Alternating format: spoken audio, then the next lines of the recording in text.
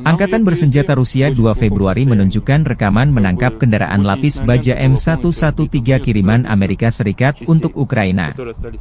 Kendaraan APC ini disita dari garis depan setelah ditinggal kabur personel Ukraina. Unit perbaikan dan evakuasi pasukan lintas udara mengangkut APC M113 buatan Amerika Serikat yang direbut dari daerah perbatasan wilayah Kursk ke lokasi formasi serangan udara pengawal terpisah pasukan lintas udara. M113 adalah kendaraan lapis baja buatan Amerika Serikat yang pertama kali diperkenalkan tahun 1960. Kendaraan ini dikenal sebagai salah satu kendaraan lapis baja paling serbaguna dan banyak digunakan di dunia. M113 dikirim ke Ukraina sebagai bagian dari bantuan militer Barat untuk memperkuat pertahanan Ukraina melawan invasi Rusia. M113 memiliki bobot sekitar 12 ton dan mampu melaju hingga kecepatan 67 km per jam di jalan raya. Kendaraan ini dilengkapi dengan lapisan baja aluminium yang memberikan perlindungan dasar terhadap serangan senjata ringan dan pecahan peluru. M113 biasanya dipersenjatai dengan senapan mesin kaliber 12,7 mm M2 Browning atau senapan mesin kaliber 7,62 mm.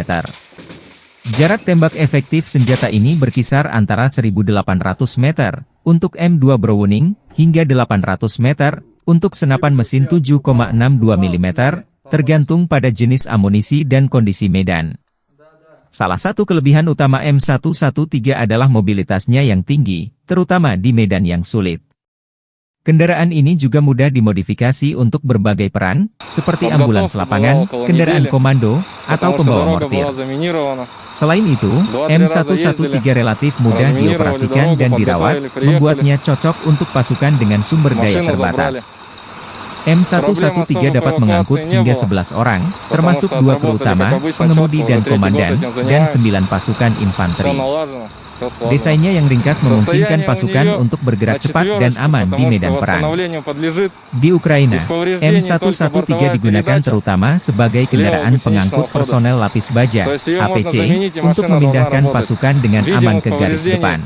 Kehadirannya membantu meningkatkan mobilitas dan perlindungan pasukan Ukraina dalam menghadapi serangan Rusia.